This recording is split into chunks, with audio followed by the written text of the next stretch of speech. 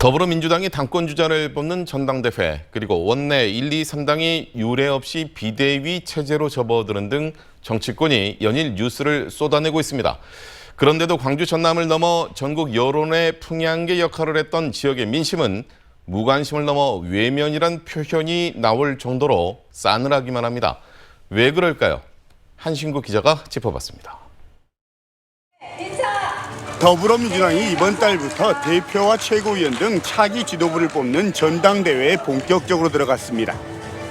민주당과 정의당에 이어서 여당인 국민의힘까지 원내 3당의 비대위 체제 돌입이 눈앞에 다가오는 등 우리 정치사에 유례없는 일도 벌어지고 있습니다. 희한한 정치 상황을 경험하게 되었습니다. 정치 상황이 사실은 상당히 심각하다. 이렇게 좀 반성해야 할 대목이 있는 것 같습니다. 그런데도 민주당의 텃밭이자 지역을 넘어 전국적인 여론의 풍향계 역할을 했던 광주 전남에선 열기는커녕 관심조차 찾아보기 힘듭니다. 정치 무관심을 넘어서 외면으로까지 표현될 정도입니다. 서민들은 죽어도 상관없다 이거예요. 이게 불만이 많지. 똑같으니까. 이래도 똑같고 저래도 똑같고. 믿을 수가 없어. 누구든지 믿을 수가 없어. 서로 지그들끼리. 대선과 지방선거의 잇따른 패배에 따른 실망과 자괴감이 대표적인 원인으로 꼽힙니다.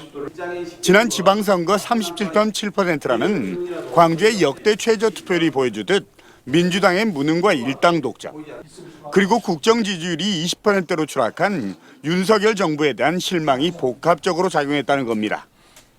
특히 민주당 전당대회에 지역을 대변하는 당권 주자도 없고 어대명, 확대명으로 불리며 흥행 여건이 없는 상황도 한몫하고 있습니다.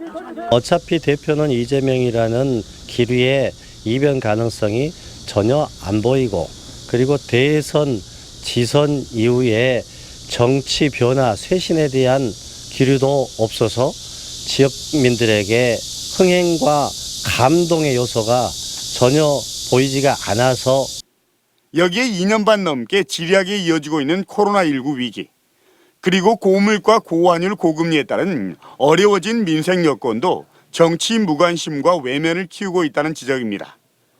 분명해 보이는 건 국민에게 희망과 미래를 보여줄 수 있는 정치권의 변화와 혁신 등 쇄신이 없는 한 민심의 외면은 지속될 수밖에 없고, 그건 우리 정치 발전에도 도움이 안 된다는 겁니다. MBC 뉴스 한신구입니다.